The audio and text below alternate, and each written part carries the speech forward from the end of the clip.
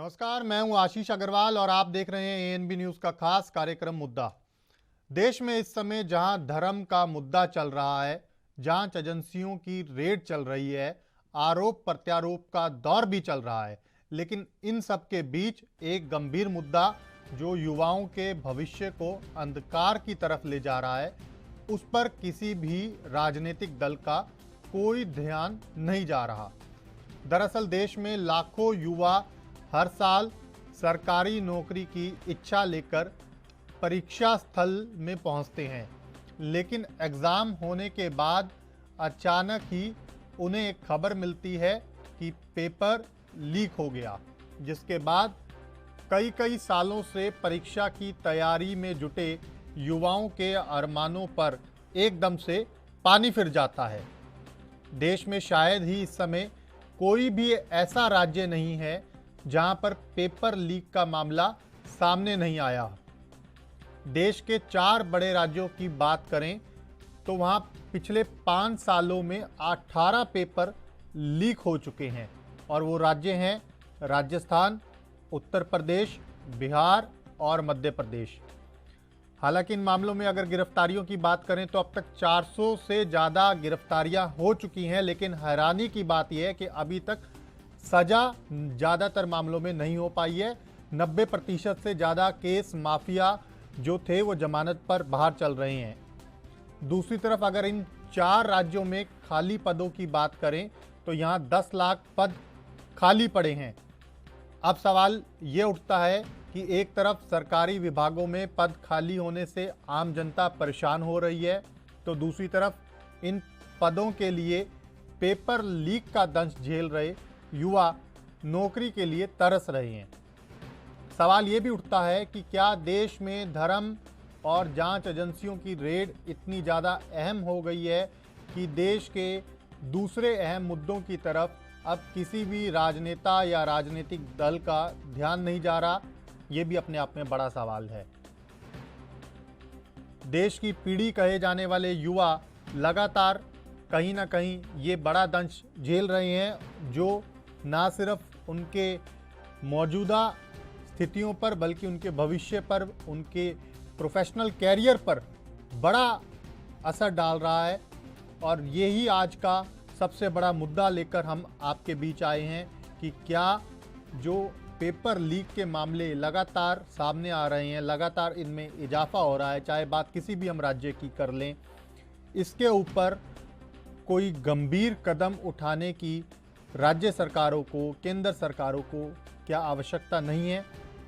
क्या देश का युवा इन्हीं स्थितियों से जूझता रहेगा, दो चार होता रहेगा?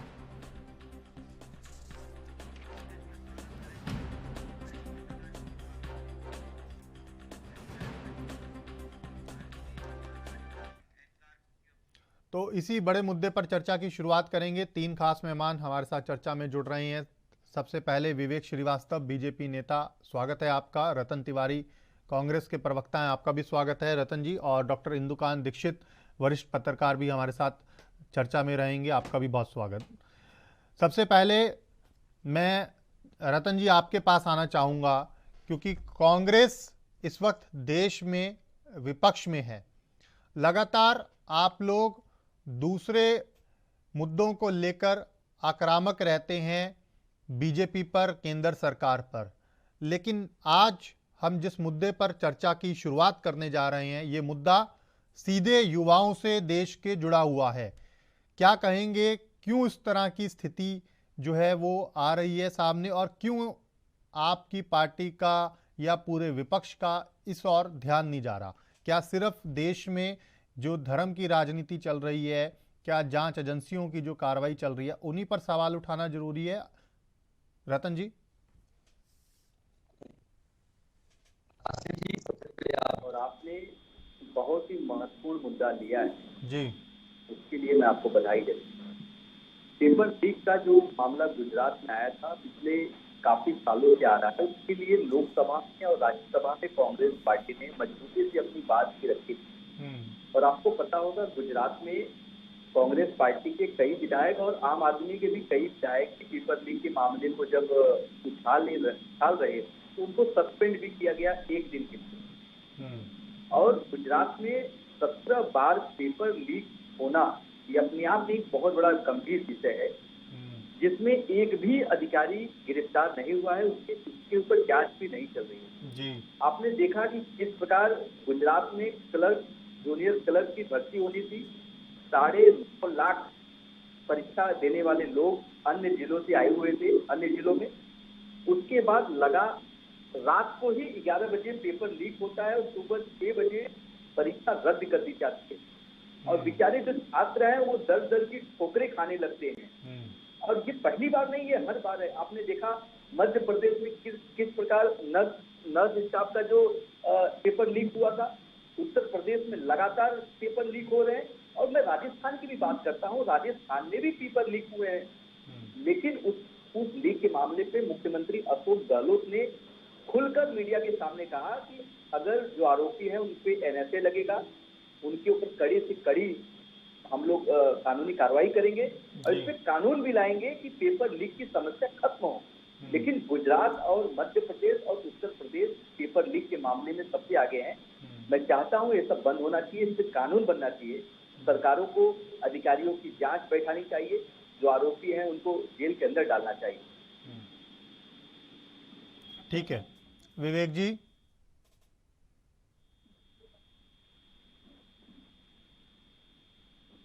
आवाज मिल रही है विवेक जी आपको?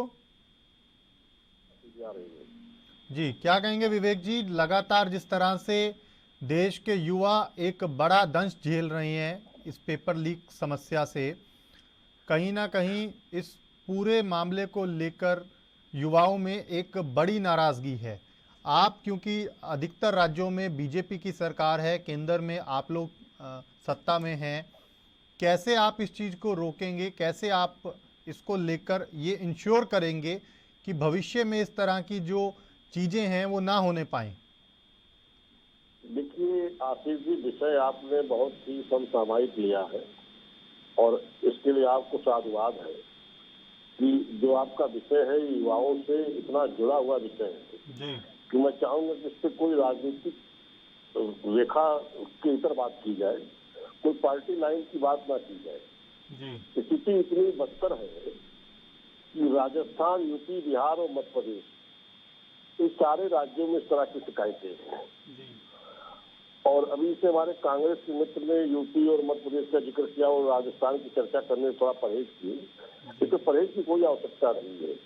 एक्चुअली है क्या आशीष जी, जो ये पेपर लीक की गैंग है, ये कोई राज्य स्तरीय नहीं रह गए हैं, ये अंतर्राज्यीय गिरोह हो चुके हैं और बड़े बड़े सिंडिकेट बना करके ये सुनियोजित तरीके से इस तरह के कार्य को अंजाम देते हैं। और राज्य सरकारें तमाम प्रयासों के बावजूद, हमारे यहाँ उत्तर प्रदेश में जिनके ऊपर योगी आदित्यनाथ जी ने रास्ता लगाने तक की कार्रवाई की, बुलडोजर चलाने तक का काम किया, लेकिन इसके बावजूद भी स्थितियां बहुत सुधरते नहीं दिख रही है। राजस्थान में सर्वाधिक 8 बार पेपर लीक हो चुका है और उत्तर प्रदेश क्योंकि सबसे बड़ा प्रदेश है, तो पेपर लीक से सर्वाधिक प्रभावितों की संख्या 51 लाख उत्तर प्रदेश की है। अब स्थिति ये है कि इसको किसी राज्य के दायरे में, किसी पार्टी की चश्मे से देखने की जरूरत नहीं है।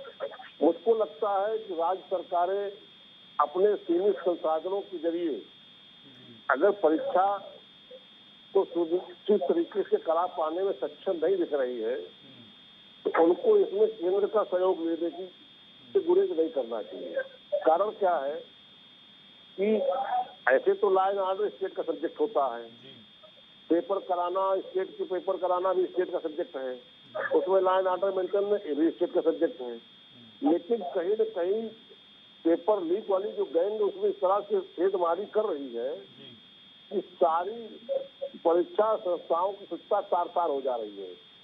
हमारे यहाँ योगी आदित्यनाथ इस मामले में बहुत सख्त है। जरा भी पेपर लीक की सूचना मिलती है, कोई ऐसी घटना होती, तत्काल कार्रवाई होती है, पूरी परीक्षा रद्द की जाती है, लोग पकड़े जाते हैं, जेल भेजे जाते हैं, रास्ता लगता है, बुलडोजर चलता है। लेकिन इससे उन अभ्यर्थियों को कोई लाभ नहीं मिलता जो तैयारी करके पूरी तैयारी से परीक्षा देने आते हैं, वो बैरक लौट जाते हैं और पद के पद यहाँ खाली रह जाते हैं।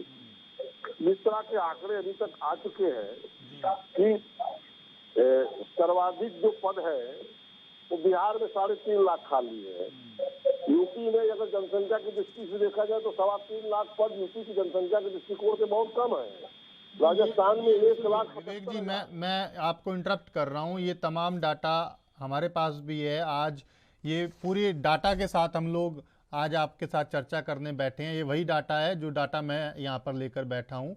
लेकिन मेरा सवाल आज आपसे इस डाटा के ऊपर नहीं है। मेरा सवाल आपसे आज ये है, जो मैंने आपसे सवाल की शुरुआत में आपसे पूछा कि अधिकांश राज्यों में सरकार बीजेपी की है, केंद्र में आप लोग सत्ता में हैं, तो ये इंश्योर करना कहीं ना कहीं पहली जिम्मेदारी बीजेपी की है। मैं कांग्रेस की बात भी करूंगा, लेकिन पहली जिम्मेदारी बीजेपी की है कि बीजेपी इस चीज को इंश्योर करे, क्योंकि आप लोग रासुका लगा देते हैं, बुलडोजर चला देते हैं। अच्छी बात है, कड़ी कार्रवाई होनी चाहिए, कड़ी कार्रवाई का हर आदमी स्वागत करता है, लेकिन ये आपने खुद माना कि जो देश का युवा है, जो पिछले कई सालों से तैयारी कर रहा है कि वो स्टाफ सिलेक्शन का एग्ज़ाम देगा, कल को वो जेई, एसडीओ, किसी 4th क्लास पद पे, किसी हायर जॉब के ऊपर जाएगा, लेकिन जब पेपर लीक की उसको खबर मिलती है तो उसकी तमाम जो तैयारियां होती हैं कई वर्षों की, वो धरी की धरी रह जाती हैं। और आप लोग कार्रवाई करते हैं, लेकिन कार्रवाई करने से जो युवा का भविष्य अंधकार में चला जाता है, उसका कौन जवाब देगा? आज ये बड़ा मुद्दा है, ये बड़ा सवाल है। विवेक जी। बिल्कुल आशीष जी, ये चिंता आपकी बहुत ही उचित है और ये सबकी चिंता होनी चाहिए। इसमें हम लोग भी चिंतित है। जिस तरह से युवा तैयारी करके पेपर देने आता है, परीक्षा केंद्रों से बैरंग लौटता है, अपने आप को ठगा महसूस करता है, माँ बाप से पैसे लेके आता है, किराया भाड़ा उसका बेकार चला जाता है, ट्रेनों में किस तरह से धक्का मुक्की खाते हुए आता है, कैसे रुकने की व्यवस्था करता है, बड़ी दयनीय दशा होती है। ये सारी चीजें हैं। परंतु जिस तरह से ये पेपर लीक गैंग सारे व्यवस्था को तार कर देती है, ऐसे में सरकारों के पास परीक्षा को रद्द करने के सिवाय कोई चारा नहीं बचता। अब विषय ये है कि कैसे ये परीक्षा सुरक्षित की जाए, ऐसी व्यवस्था करने की जरूरत है। और मुझको लगता है कि अगर कहीं राज्य सरकारों का संसाधन इसमें सीमित पड़ रहा है तो उनको इस विषय में भारत सरकार से ही आग्रह करना चाहिए, करना पड़ेगा। बिल्कुल विवेक जी, लौटूंगा मैं आपके पास। डॉक्टर साहब, स्वागत आपका।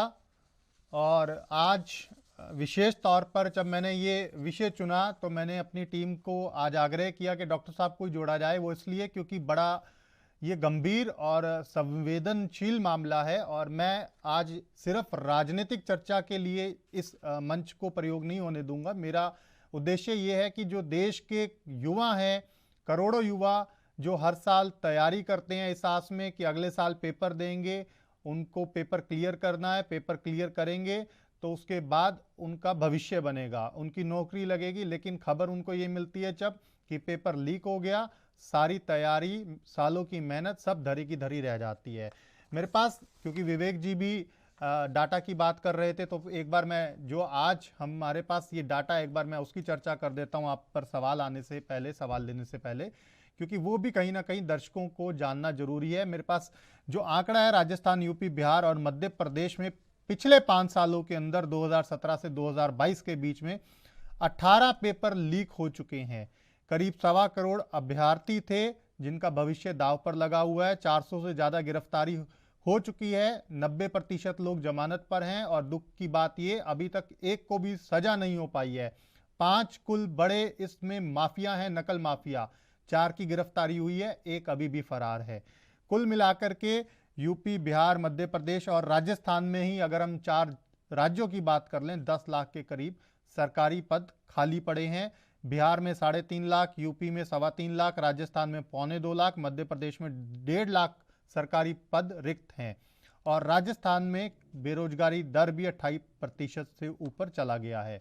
अब सवाल मैं आपसे सीधा यही लूँगा कि ऐसी गंभीर स्थिति में जब कहीं ना कहीं बेरोजगारी की समस्या से देश का युवा दो चार हो रहा है, हर घर आज के दिन 4 लोगों के काम करने के बावजूद भी नहीं चल पा रहा, क्योंकि आमदनी, पहले कहते थे ना, जो एक फिल्म भी आई थी, आमदनी 98 खर्चा रुपया, आज वो वाली स्थिति हो गई। तो ऐसे में कैसे काम चलेगा?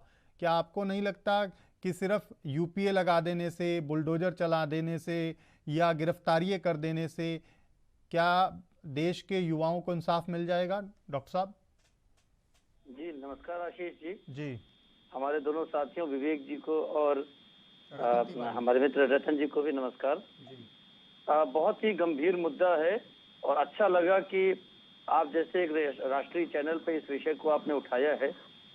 और मैं तो ये मानता हूं कि जितने भी राष्ट्रीय चैनल और मीडिया हाउसेज हैं उनमें युवाओं की और उनकी बेरोजगारी की, भर्तियों में हो रही बेईमानी की जरूर चर्चा होनी चाहिए और इतनी चर्चा होनी चाहिए कि इसमें वास्तव में सूरत बदले, केवल चर्चा न हो, सूरत बदले।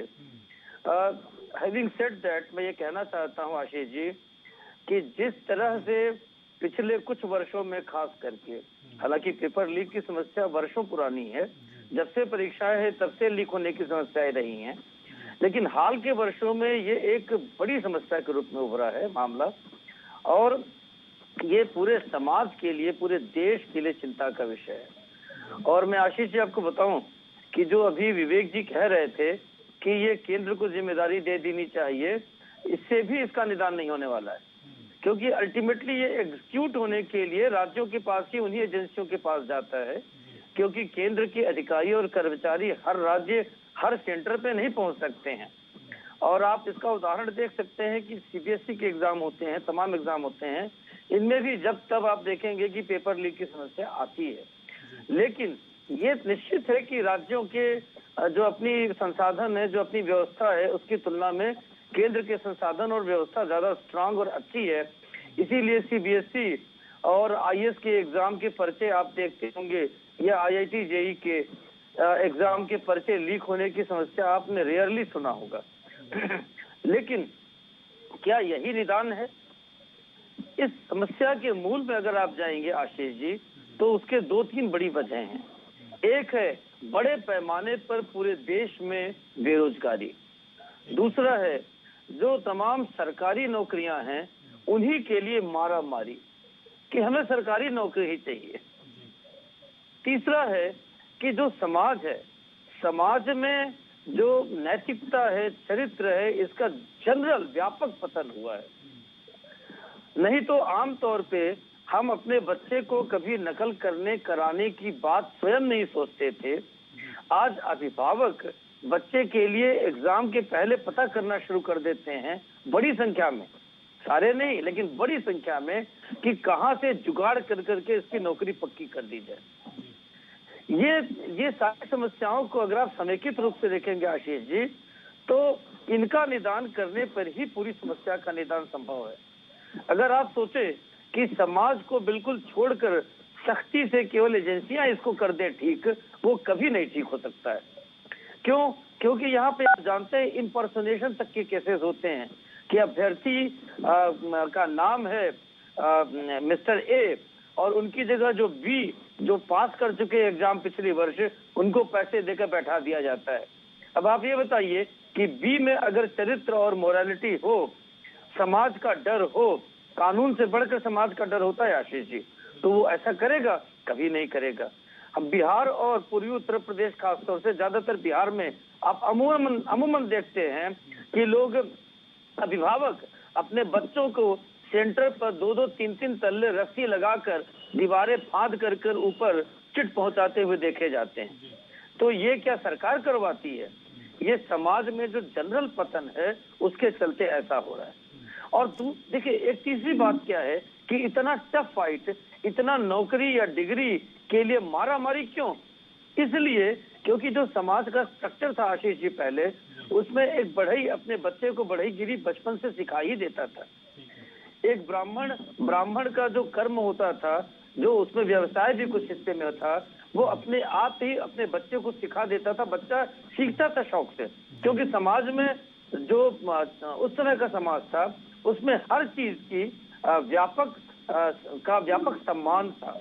बढ़ई को हे दृष्टि से नहीं देखते थे। किसी ब्राह्मण को पूजा कराते या वेद पाठ करते या भागवत की चर्चा करते हुए कहीं अपमान या हे दृष्टि से नहीं देखते थे। किसी मोची के काम को भी उतना ही सम्मान देते थे।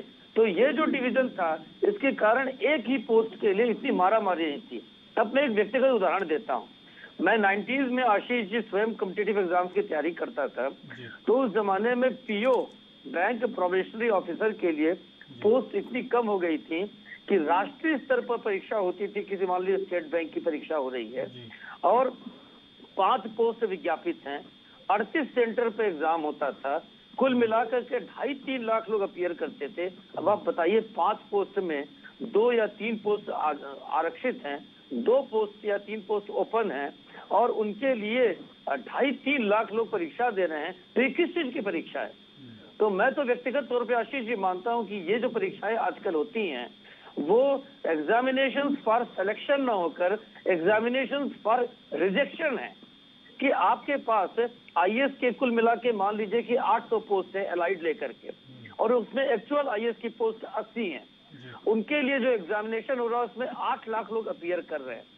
उसमें से जो लोग मेन एग्जाम पास कर करके इंटरव्यू तक पहुंचे, आप ये समझ लीजिए कि वो विषय और हर तरह से बिल्कुल योग्य हैं, तो वो भी अगर 2 से 3 गुना बुलाए जाते हैं तो 2-2.5 हजार तो बिल्कुल आपके सिलेक्शन के हिसाब से ठीक है, लेकिन उनको इंटरव्यू में छांट करके 800 लिया जाता है। तो वास्तव में आपको बता दूं कि जो मेन एग्जामिनेशन तक पहुंचते हैं प्रीलिम पास करके, वही काफी योग्य होते हैं आईएएस के एग्जाम में, क्योंकि हम में से बहुत से लोगों ने दिया होगा, मैंने भी दिया है। और जो मेंस पास कर जाते हैं वो तो आप समझ लीजिए बिल्कुल आईएएस मटेरियल होते हैं। तो उनमें से जब इंटरव्यू लेकर छाटा जाता है तो आप समझिए कि that interview is meant for rejection not selection. तो ये जो इतनी बड़ी संख्या में लोगों को रिजेक्ट करने के लिए इतनी मेहनत लगती है, इसलिए व्यापक पहले समाज में सुधार की आवश्यकता है। और एग्जामिनेशन में जो पेपर लीक होता है इसमें तो जो आपकी मैं स्क्रिप्ट भी देख रहा था अग्रवाल साहब, इसमें था कि जो अभी आप कह रहे थे चर्चा में भी कि बहुत कम लोगों को सजा मिली। ये तो हमारे कोर्ट्स को भी देखना पड़ेगा और संसद को भी देखना पड़ेगा कि ऐसे नए कानून बनाए जाए इस मैटर में, या कानून जो है अभी उनमें सजा का प्रावधान इतना सख्त किया जाए कि ऐसे मामले में जो पकड़ा जाए उसको जमानत नहीं मिलनी चाहिए। बिल्कुल। और एक बड़ी चीज आपको बताऊं, पहले के जमाने में जैसे भगवान राम के यहाँ न्याय था कि एक कुत्ते और ब्राह्मण की लड़ाई उनके यहाँ पहुंची तो कुत्ते को न्याय मिला, तो ये माना जाता था कि शिक्षक है, शिक्षा के क्षेत्र में बेईमानी है तो उसमें सजा चोरी से ज्यादा मिलनी चाहिए।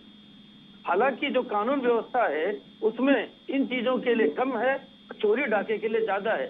शिक्षा के क्षेत्र में अगर शिक्षक कोई बेईमानी करता पकड़ा जाता है, कोई छात्र अगर गड़बड़ी जानबूझ करके करते हुए पाया जाता है, मैच्योर छात्र जो 18-20 साल से बड़ा है, तो उसको ऐसी सजा दी जाए कि वो समाज में एक उदाहरण हो जाए और उसको कभी जमानत नहीं मिलनी चाहिए। तो जो आप समस्या बता रहे हैं, इस समस्या का काफी निदान इन 2-3 तरह से हो सकता है। जी ठीक है। रतन तिवारी जी, आपने शुरुआत में बात गुजरात की बात आपने शुरुआत में मध्य प्रदेश की आपने यूपी का जिक्र किया, लेकिन आज ना तो मैं राज्यों का विषय लेकर बैठा हूं कि उस राज्य में क्या है या इस राज्य में क्या है, और ना ही आज मैं पार्टी का विषय लेकर बैठा हूं। मेरा सवाल आज यही था कि हम सुबह से शाम तक, चाहे राजनीतिक लोग हैं या मैं मीडिया की भी उसमें बात करूंगा, सिर्फ और सिर्फ धर्म के ऊपर चर्चा कर रहे हैं, जांच एजेंसियों की कार्रवाई पर चर्चा कर रहे हैं। वो जो एक्शन जिस पर बनता है वो हो जाने दीजिए, वो हो जाएगा, लेकिन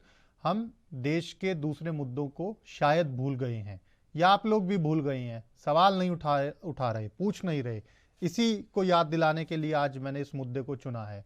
मेरा सवाल ये है, कांग्रेस राजस्थान में सत्ता में है, आपने जिक्र भी किया अपनी ओपनिंग स्टेटमेंट में राजस्थान का, लेकिन राजस्थान में पेपर लीक के सबसे ज़्यादा 8 मामले हुए।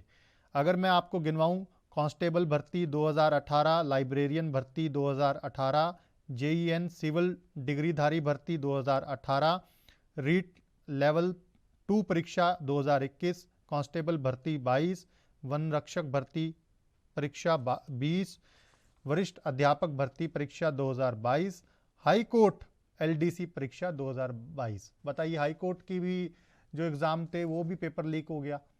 तो अब मेरा सवाल ये है कि 90% लोग लगभग एक डाटा के अनुसार जमानत पर हैं। ये वो आरोपी हैं जिन्होंने प्राइमरी ऑफेंस किया पुलिस की एफआईआर के मुताबिक, और 90 में से करीबन 5% लोग ऐसे होंगे जो हो सकता है शायद यूज टू हों, हैप्चुअल हों, इस तरह की आपराधिक गतिविधियों को बार बार करने के आदी हों।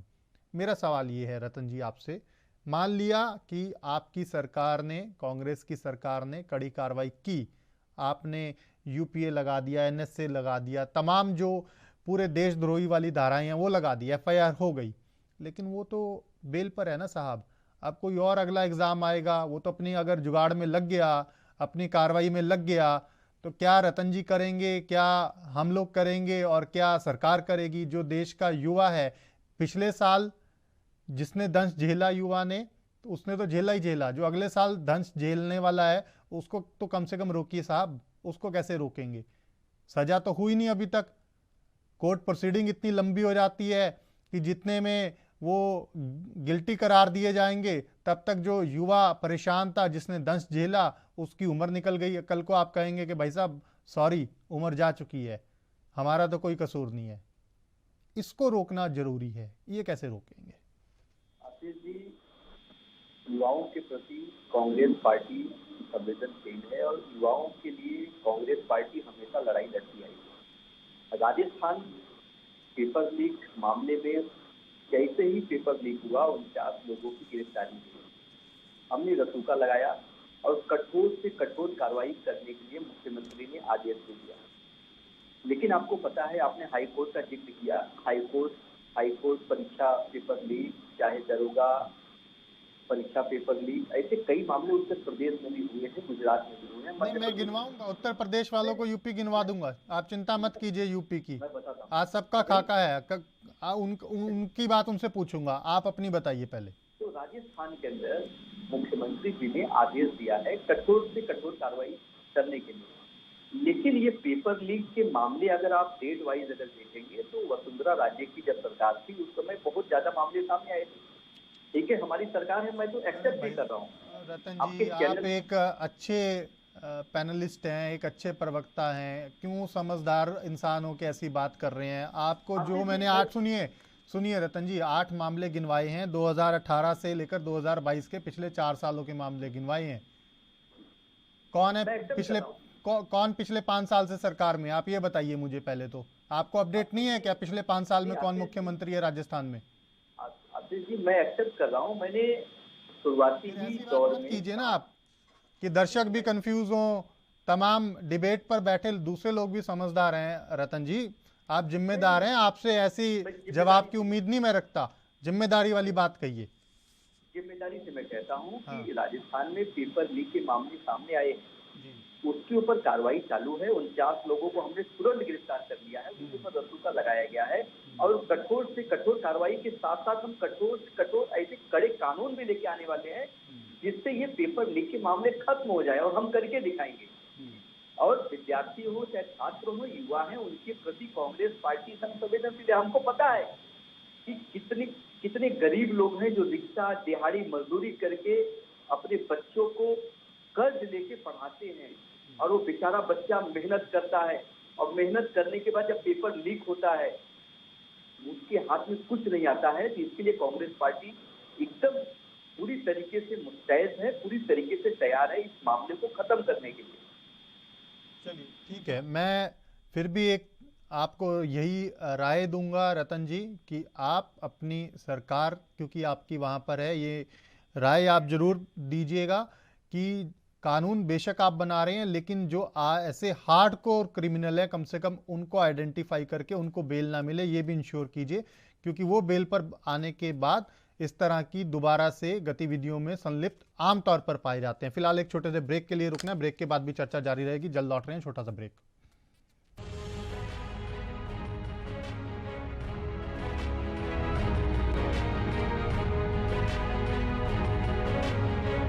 ब्रेक के बाद स्वागत है आपका। सीधा चलेंगे मेहमानों के पास और चर्चा को आगे बढ़ाएंगे। आज बड़ा सवाल ये कि देश में क्या सिर्फ धर्म की राजनीति बची है, देश में क्या जांच एजेंसियों की कार्रवाई की राजनीति बची है, या देश में युवाओं की बात भी होगी?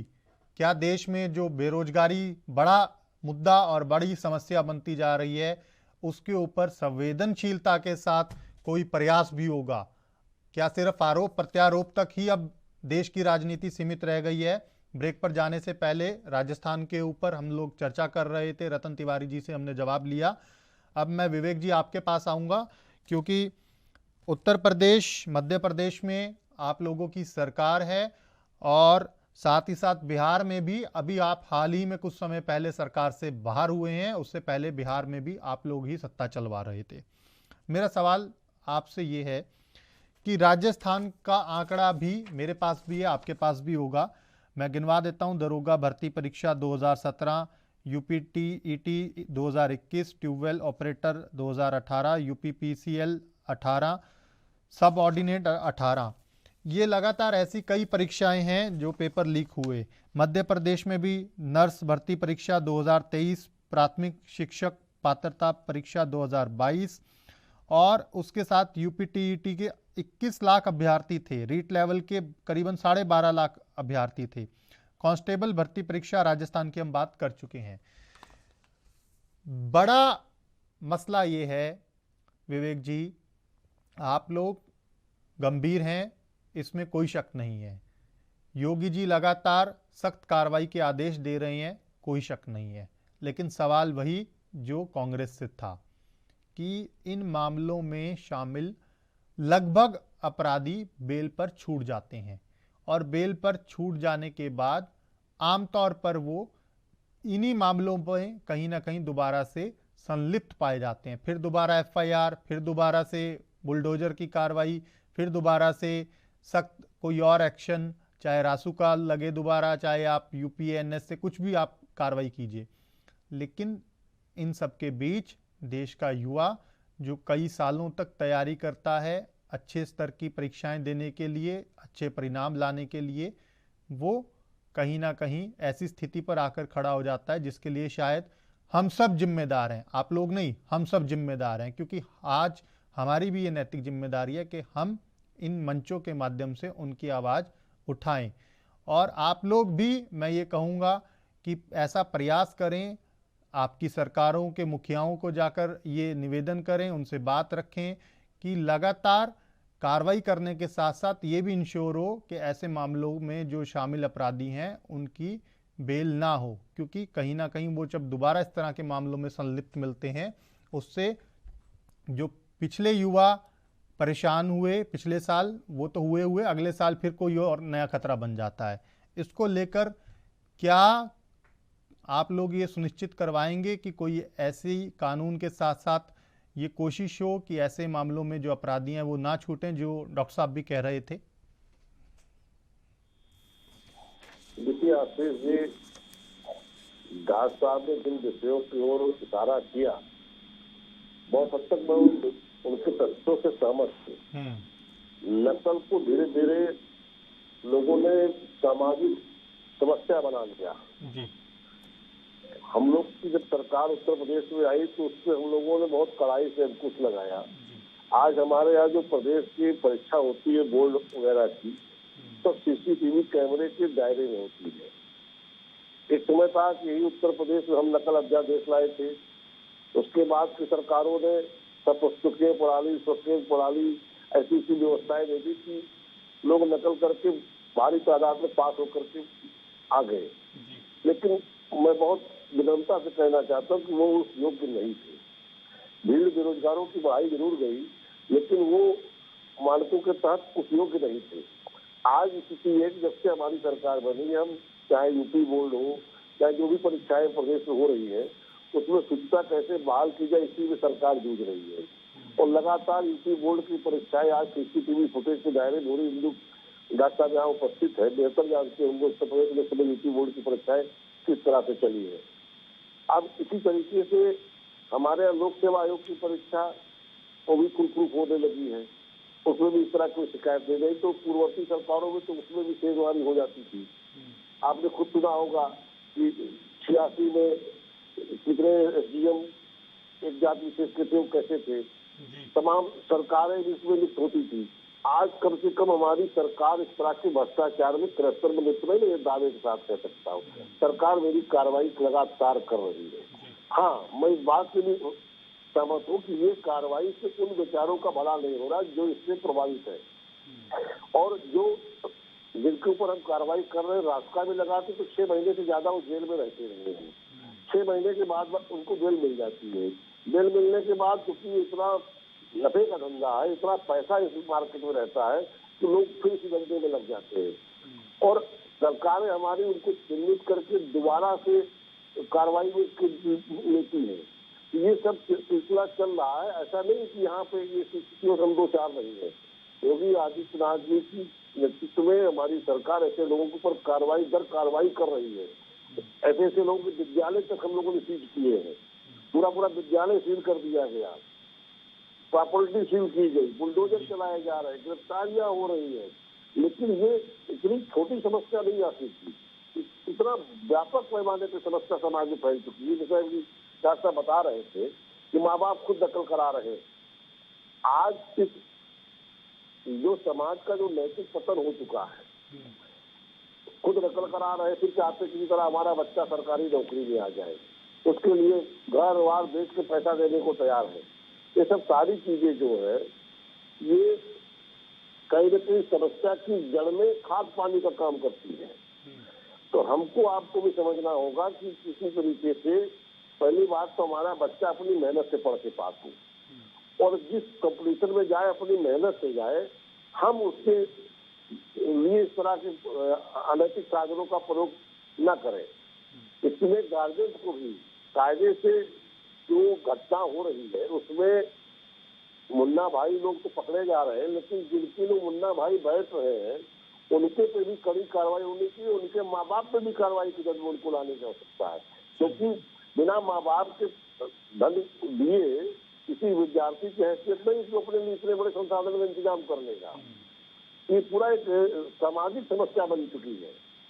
आपने बहुत अच्छा विषय आज उठाया है, इसको हम लोग चर्चा कर रहे हैं। ये इतना छोटा विषय नहीं है, ये केवल राज्य स्तर का विषय नहीं। इसको कांग्रेस सरकार, उत्तर प्रदेश सरकार, भाजपा सरकार, राजस्थान सरकार के दायरे में हम अगर इसकी चर्चा करेंगे तो फिर तो ये समस्या का समाधान होने से रहा। इससे सब परेशान है। मैं नहीं कह सकता कि कोई सरकार चाहती है पार्टी की बात नहीं, राज्य की बात नहीं, आज कोई सरकार नहीं चाहती, समूचे देश की बात है। सवाल देश के युवाओं का है। बिल्कुल आती कि कोई सरकार नहीं चाहती कि उसके शासन में पेपर लीक हो और उसके माथे पे कलंक लगे। ना गहलोत सरकार चाहती, ना उत्तर प्रदेश सरकार चाहती, ना शिवराज जी चाहते हैं, कोई नहीं चाहता। ठीक है, लौटूंगा आपके पास। नहीं चाहती। ठीक है डॉक्टर साहब,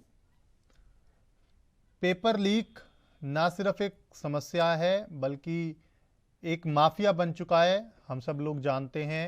खुद जो कार्रवाई की रिपोर्ट्स हैं पुलिस कार्रवाई की, उसके अंदर ये शब्द हैं कि ये माफिया है।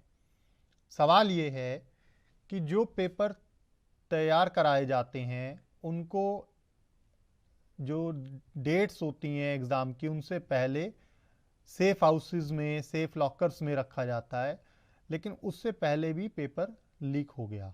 सवाल ये कि क्या व्यवस्थाएं, प्रशासन, तमाम अधिकारी संबंधित वो इस चीज़ को इंश्योर कराने में फेल हो चुके हैं या चूक ऐसी बढ़ चुकी है कि इस चीज़ को संभाल कर नहीं रखा जा सकता? ये बड़ा सवाल है। हालांकि आपने दूसरा विषय भी रखा था, लेकिन मैं उस पहले इसका जवाब चाहूंगा आपसे। जी आशीष जी, देखिए इसका बड़ा कारण क्या है? बड़ा कारण है लालच, पैसे के प्रति मोह और किसी भी तरह से धनी बनने की जल्दबाजी, किसी भी तरह से साधन कोई भी हो। रातों रात अमीर और जी, और देखिए मैं आपको बताऊं कि विद्या का, ज्ञान का महत्व कम होकर के डिग्री का महत्व बढ़ गया। हालांकि राजीव गांधी जी जब आए थे तो नई शिक्षा नीति में उन्होंने उस समय कहा था कि डिग्री का महत्व हम खत्म करेंगे और स्किल करेंगे, लोगों को ऐसा प्रशिक्षित करेंगे कि वो रोजगार परक शिक्षा हो जी। और डिग्री का, लेकिन वो डिग्री का महत्व हमारे समाज में कभी खत्म नहीं हुआ। जो पुरातन हमारे यहाँ शिक्षा व्यवस्था थी उसमें डिग्री का कोई महत्व नहीं था। जो गुरु जहाँ गुरुकुल में जाता था बच्चा पढ़ने के लिए, उसने आशीर्वाद दे दिया कि तुम योग्य हो गए, तो वो मान लिया जाता था कि उसकी परीक्षा हो गई जी। और कैसी कैसी परीक्षा होती थी कि खेत में भेज दिया भगवान श्री कृष्ण को और बाकी लोगों को कि पानी बह रहा है मेड़ में से, उसको देखाओ, तब वो प्रैक्टिकल चीजों को जानता था। आज के बच्चे क्या करते हैं आशीष जी, वो कमरा बंद करके अंदर रट रहे हैं, फार्मूला रट रहे हैं, वो बाहर की दुनिया कैसी चल रही है ये भी नहीं पता है। तो ये जो थ्योरिकल बात, देखिए, प्रैक्टिकल नहीं, किताबी ज्ञान। और उसमें भी देखिए कि मैं आपने कहा ना कि आखिरकार बड़े सेफ हाउसेज में और संदूक में रखा जाता है पेपर लीक, फिर भी कैसे हो जाता है पेपर रखने के बाद लीक कैसे बड़ा हो जाता सवाल तो यही है ना जी। मैं बता रहा हूँ कारण क्या है, जो ताला लगाने वाला वो भी चोरी से ताला लगाने वाले नौकरी पे आया, जो ताला करके कमरे में बंद करके रखा है वो भी चोरी वाला है 50% से ज्यादा, और जो पूरी व्यवस्था में लगे हैं उसमें आधे लोग चोरी करके आए हैं।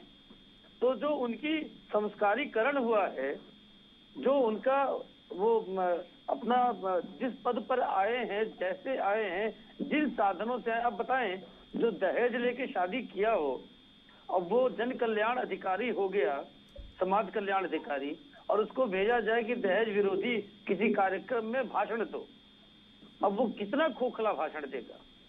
तो अब जो जितने लोग व्यवस्था में लगे हैं वो वैसे ही हैं जो पिछले 3-4 पीढ़ियों से नकल कर करके वहां पहुंचे हैं। मैं याद दिलाऊं आपको, माननीय मुलायम सिंह जी की सरकार थी, उत्तर प्रदेश में सब इंस्पेक्टर्स की भर्ती हो रही थी और मतलब हमें लगता है कुछ 70,000 के आसपास भर्तियां हुई थी, 70 या 80,000, और उसमें 40-45 हजार यादव सिलेक्ट हुए।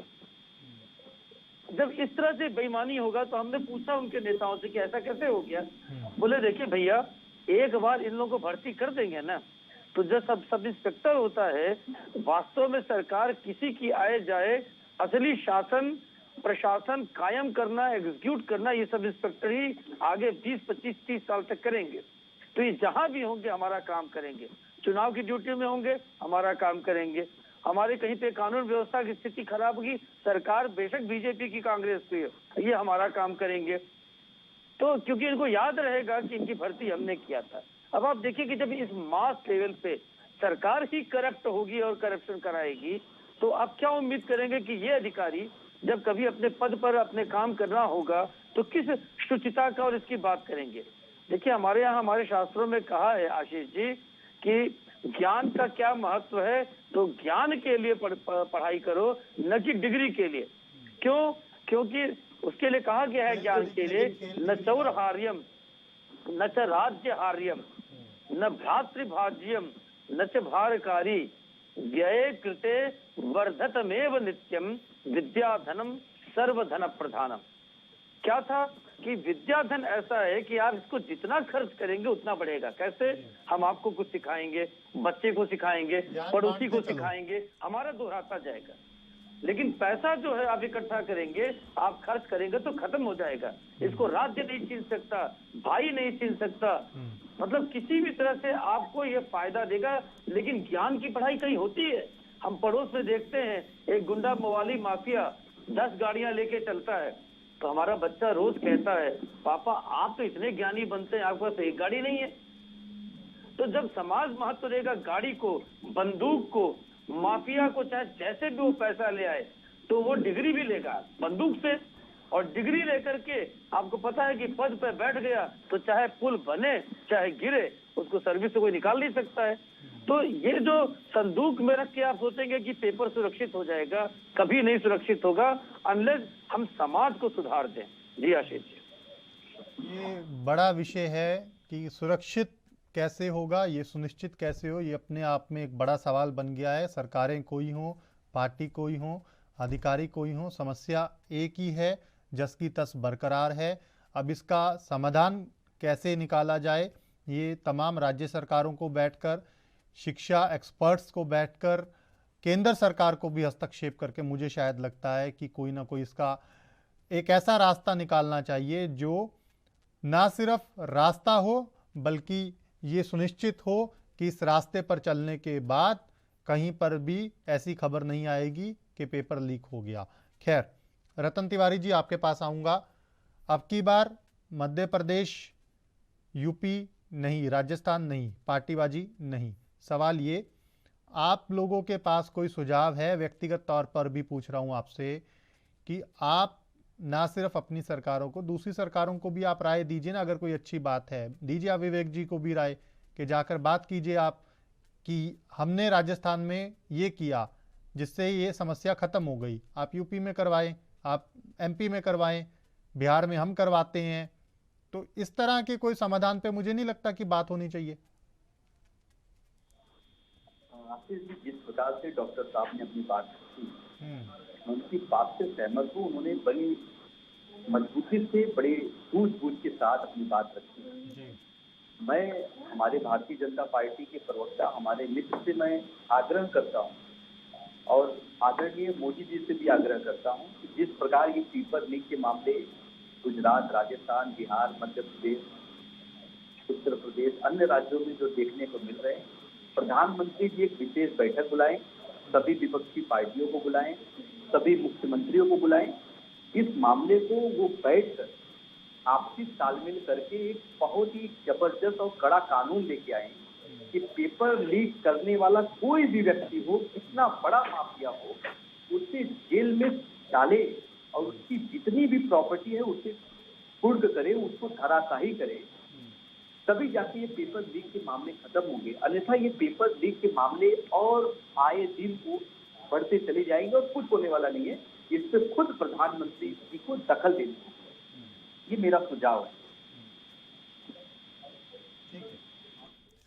विवेक जी,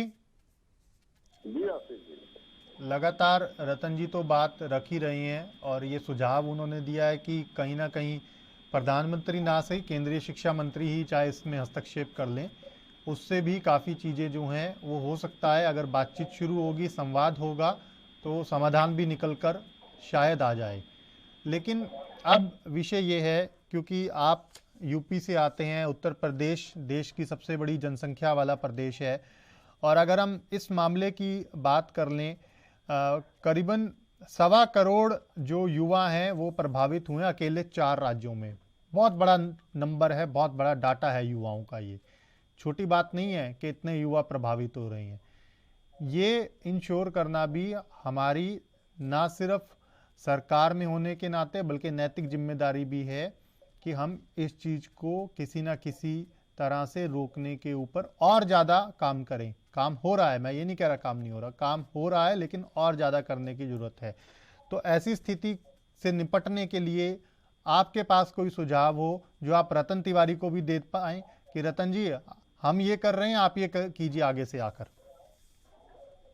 नहीं, बिल्कुल आशीष जी, जैसा अभी डॉक्टर साहब कह रहे थे, इस विषय पे सामाजिक चेतना की तो आवश्यकता है ही है।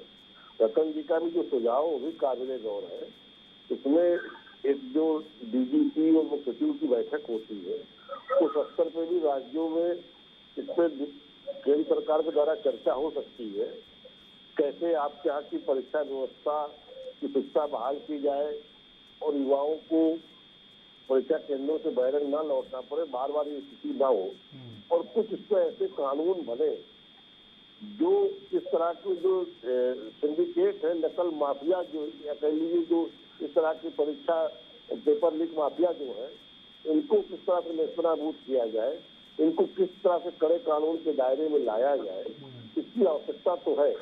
और इस पर जैसे आपने चर्चा की है, आज ये विषय चर्चा में आया, तो अब चर्चाएं चलेंगी तो विषय दूर तक जाएगा और इसमें कुछ समाधान भी निकलेगा। संवाद होगा तो समाधान भी निकल कर आएगा। बिल्कुल बिल्कुल बिल्कुल, बहुत अच्छा विषय आज आपने सुना है आशीष जी। इस पे संवाद होगा, इस पे चर्चाएं और होनी चाहिए, सामाजिक संगठनों के स्तर पर भी चर्चा होनी चाहिए, और जो सरकार के और जो इंस्ट्रूमेंट है वहाँ भी इस तरह की चर्चाएं होनी चाहिए। किस तरह से परीक्षा व्यवस्था की स्वच्छता बहाल की जाए, ये सबकी चिंता होनी चाहिए। ठीक है डॉक्टर साहब, कांग्रेस और बीजेपी, विवेक जी और रतन जी के सुझावों के साथ एक सुझाव और कहीं ना कहीं मुझे लगता है आज इस मंच के माध्यम से, हो सकता है पहले भी इस तरह के सुझाव पर किसी ने चर्चा की हो, लेकिन शायद उतना ज़्यादा एग्जीक्यूट नहीं हो पाया। आपको नहीं लगता कि आमतौर पर जब हम देखते हैं कि किसी भी स्टेट में जब कोई कार्रवाई होने लगती है किसी पॉलिटिकल मसले के अंदर और उस पार्टी से संबंधित सभी नेताओं को नज़रबंद कर दिया जाता है। कांग्रेस सरकार में है, बीजेपी वाले नज़रबंद हैं, बीजेपी सरकार में है, कांग्रेस वाले नज़रबंद हैं। किसी भी मामले में एक उदाहरण की बात कर रहे हैं। तो जब इस तरह का कोई पेपर आने वाला हो तो इसमें शामिल जितने भी अपराधी रहे हैं उनको चाहे आप हाउस अरेस्ट कीजिए, चाहे आप उनको कस्टडी में रख लीजिए कुछ दिनों के लिए, तो आपको नहीं लगता कि इस तरह की कोई कार्रवाई होनी चाहिए? मैं ये नहीं कह रहा कि किसी अवैध हिरासत की यहाँ पर रखने की बात है। आ रहा हूँ विवेक जी, सवाल पूरा होने दीजिए। लेकिन आप कम से कम राउंड अप तो कीजिए, उनको नज़र तो रखिए, कहाँ आ रहे हैं, कहाँ जा रहे हैं, पेपर से एक रात पहले कहाँ गायब हो गए, किन से मिल रहे हैं। ऐसा तो नहीं कि जो अधिकारी सेफ हाउस में या लॉकर्स में पेपर रख रहे हैं उनके संपर्क में है। इतना तो कम से कम जो आपके सिक्योरिटी एजेंट्स होते हैं थानों के, आपके जो सीआईडी वाले हल्का स्तर पर, जिला स्तर पर काम करते हैं, आपके अगर कोई बहुत ज़्यादा सेंटर से जुड़ा मामला आईबी के अधिकारी काम करते हैं, इतने तो मॉनिटरिंग करवाई जा सकती है। बिल्कुल ठीक है आशीष जी। देखिए रतन जी ने बहुत अच्छा सुझाव दिया और आपने देखा कि विवेक जी ने भी उसको कहा कि हाँ उचित है, इसको किया जा सकता है। देखिए ये सबसे बड़ी बात है कि आप चर्चा में लाए तो ये कह रहे हैं लोग, ये तो होना चाहिए था पहले से, स्वयं होना चाहिए था। जो कहते हैं सीओ मोटो, क्योंकि ये समस्या से युवा जूझ रहा है। कितने युवा तो सुसाइड कर लेते हैं कि सालों की परीक्षा के बाद जब ऐसा परीक्षा कोई होती है, उसने तो अपनी जिंदगी के कितने महीने, और आपको पता है कि एग्जामिनेशन के ठीक पहले 1-1.5 महीने तो रात दिन नहीं सोते हैं, इतनी मेहनत करते हैं, लगे रहते हैं, और उसके बाद परीक्षा के दिन पहुंचे तो देने के पहले या देने के बाद या देने के बीच में जब सूचना आती है तो कई स्टूडेंट्स को तो मैं जानता हूं जिन्होंने सुसाइड कर लिया, कई ने सुसाइडल अटेम्प्ट किया। आखिरकार कौन दोषी है इसके लिए? तो रतन जी का ये सुझाव बहुत अच्छा है कि राष्ट्रीय स्तर पे सारे राज्यों के समन्वय में एक बातचीत होनी चाहिए, प्रधानमंत्री के नेतृत्व में या शिक्षा मंत्री के नेतृत्व में या गृह मंत्री की अध्यक्षता में। क्योंकि जो माफिया बन चुके हैं इस खेल के, कम से कम आप उनके साथ ना सिर्फ सख्ती से पेश आइए बल्कि उनका कोई स्थायी समाधान भी कीजिए। वही माफिया जो यूपी में भी ये करवा रहे हैं, वही माफिया जो एमपी में भी ये करवा रहे हैं, वही माफिया जो बिहार में भी करवा रहे हैं, वही माफिया जो राजस्थान में भी करवा रहे हैं। ऐसे लोगों से सिर्फ एफआईआर दर्ज करने से या अरेस्ट कर देने से बात नहीं बनेगी, स्थायी समाधान की जरूरत है मुझे लगता है। जी देखिए आशीष जी, इनफैक्ट इस पे राजनीति होती रही है ना, ये समस्या है। आपको याद होगा कि 1991 की जो कल्याण सिंह जी की सरकार थी उत्तर प्रदेश में, वो नकल विरोधी अध्यादेश लेकर के आए थे जिसमें नकल करते पाए जाने पे जेल था, बच्चों तक को भी निरुद्ध कर देना था।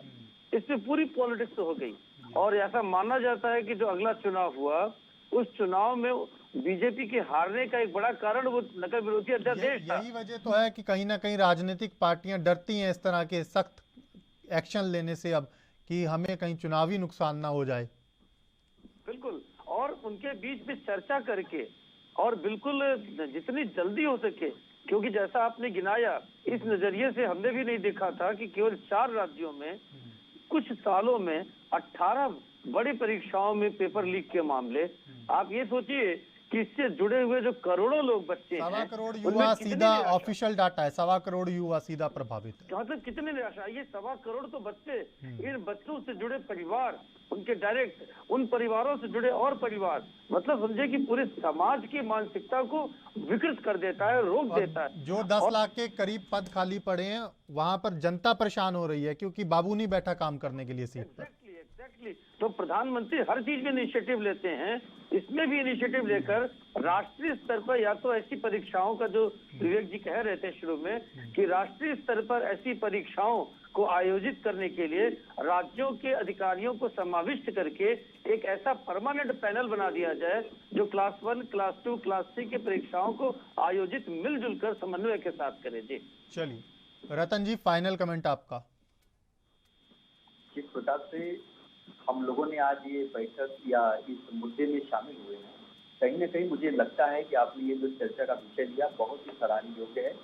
और मुझे यकीन है, मुझे पूरा विश्वास है कि प्रधानमंत्री जी और शिक्षा मंत्री जी और तमाम कई राज्यों के मुख्यमंत्री इस विषय को गंभीरता से लेंगे और आने वाले समय में एक विशेष बैठक लेकर पेपर लीक के मामले को पूरी तरीके से खत्म करने की, जिससे जूझ रहे करोड़ों छात्रों का जो भविष्य है वो अंधकार में न जाए, उनके उज्जवल भविष्य के लिए ये बैठक लेना अनिवार्य है और पेपर लीक के मामले को अब खत्म कर देना ही सबसे बड़ा विषय बन चुका है। धन्यवाद। विवेक जी, फाइनल कमेंट।